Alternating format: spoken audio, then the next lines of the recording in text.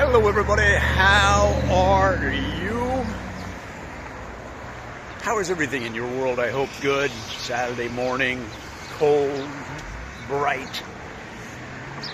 I've been talking about this on Facebook, but I wanted to make a quick video here for YouTube, and that is to talk about the suicide death of Brody Stevens, a comedian,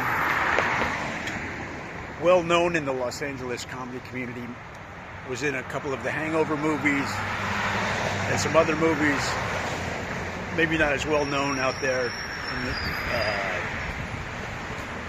for many people, but an electric, super talented comedian who shared often in podcasts and interviews about his depression and committed suicide in the last couple of days. I first heard about it yesterday. I'm not exactly sure when it took place, but he was 48 years old and massively talented.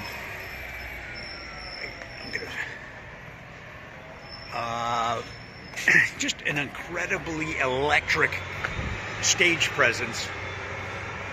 And he was big in the comedy scene when he was from LA, but then he went to Seattle, then he went to New York, then came back to LA, and just had a unique onstage style where he had great jokes. He had some really funny, standard jokes, set up punch. But his real brilliance was the way he interacted with the crowd and played off of them and had no fear.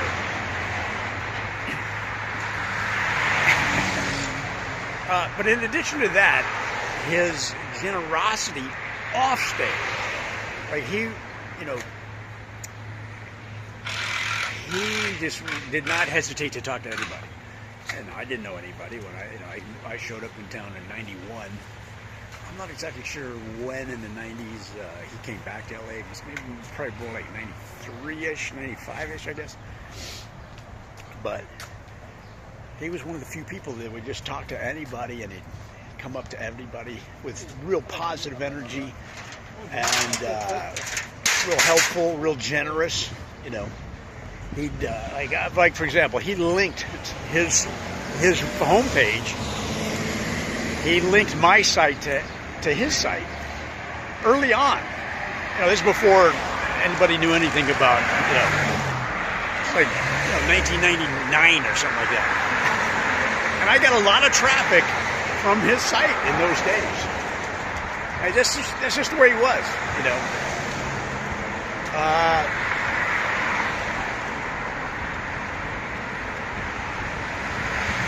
And the outpouring on Facebook and other places from all corners of the comedy universe is just an amazing thing. And it's so appropriate because he touched people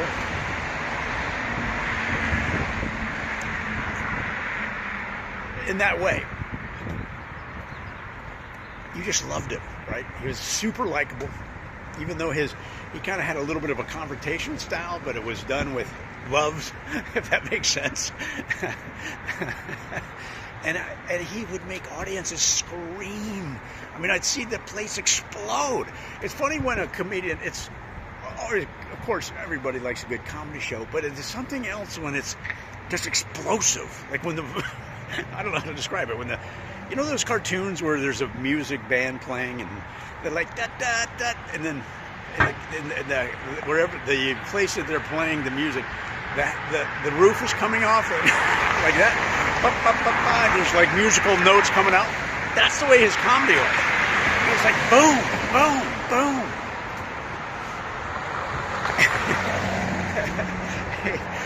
He'd point at people in the crowd. He'd say, "Arms crossed, sir. Sir, arms crossed. Bad energy. Open yourself to the world, sir."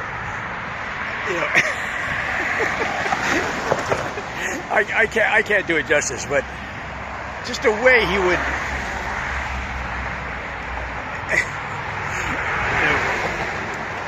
And he had these little sayings that he repeated all the time, like, "Enjoy it.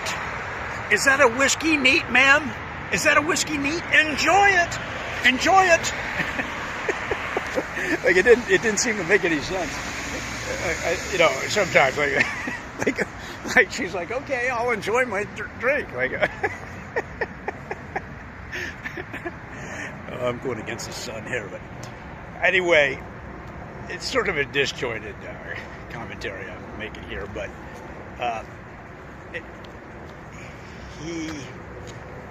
he was just so kind and generous to me in those early days. We'd do comedy every night.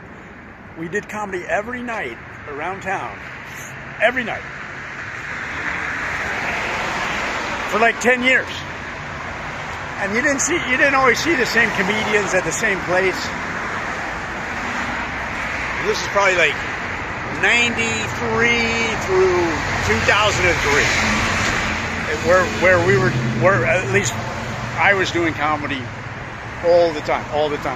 And so in other words, that time period are the comedians that I knew. He was in that group of comedians doing comedy all the time in those days. And of course, that continues. It wasn't like we were the only ones doing it all the time. I'm just saying, that's the group of comedians I came up with. And so that's how I knew him. And when you see somebody do their act every night, or you see them, you won't see them personally every night, maybe different groups go to different places, but you'd see them twice a week for years.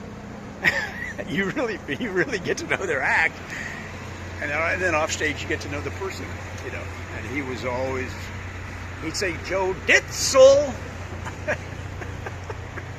but he did that to everybody.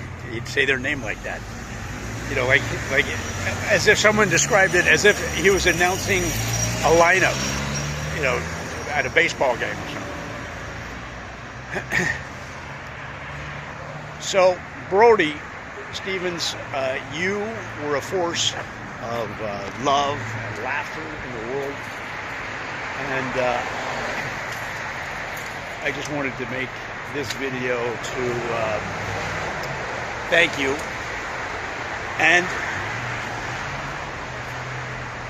I don't know if you can see this, but I wanted to acknowledge that you were a force of love,